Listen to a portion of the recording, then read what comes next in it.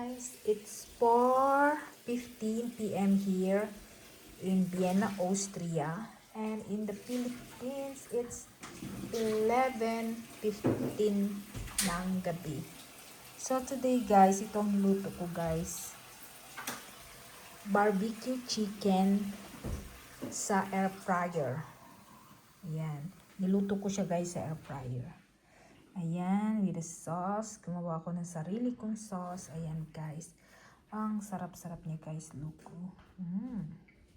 Tsura pa lang ito, guys. Super sarap na, guys. Grabe, ang sarap niya. And then, guys, syempre, pag ganito yung ulam, guys, edi, ano pa ba, guys? Pag ganito kasarap ang ulam, of course, rice is life. Kain tayo guys. Babu!